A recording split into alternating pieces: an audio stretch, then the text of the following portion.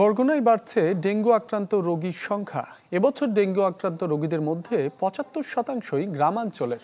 তাই গ্রামের মানুষকে সচেতন করতে কাজ করার পরামর্শ চিকিৎসকদের।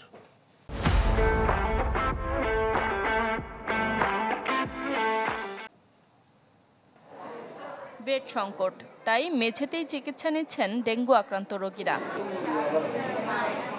বরগুনার ২৫০ শয্যার হাসপাতালে এই চিত্র এখন নিত্যদিনের।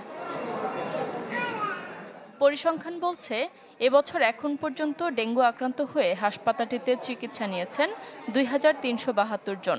এর মধ্যে ১৮২১ জন গ্রামাঞ্চলের আর জেলা শহরের ৫৫১ জন।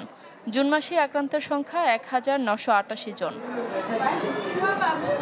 এ অবস্থায় শুধু বেড সংকট নয়, হাসপাতালের চিকিৎসা সেবা নিয়েও রয়েছে নানা অভিযোগ। হসপিটালে প্রপার চিকিৎসক নাই, প্রপার নার্স নাই, প্রপার ঔষধ নাই, স্যালাইন নাই, সিট নেই।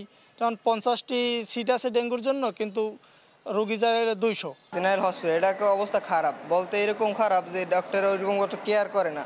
ধরেন একটা ভিকসিন নিয়ে গেলে মানে ওইরকম কেয়ার ভালোভাবে দেখে না, তারপর নার্সেরা ভালোভাবে দেখে না। ডেঙ্গুটাও কিন্তু গ্রামগঞ্জে ছড়িয়ে গেছে, শুধুমাত্র শহর না। শহরের রোগী একটু কম, কিন্তু ইদানিং দেখা যাচ্ছে যে গ্রামের মানুষ একটু বেশি আসতেছে।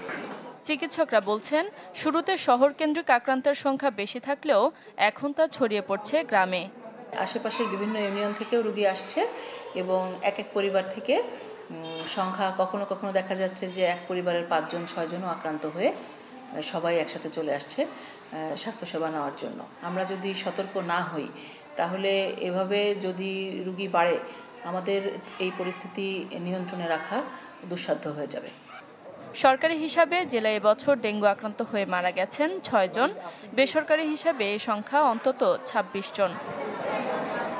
Desk report, channel 24।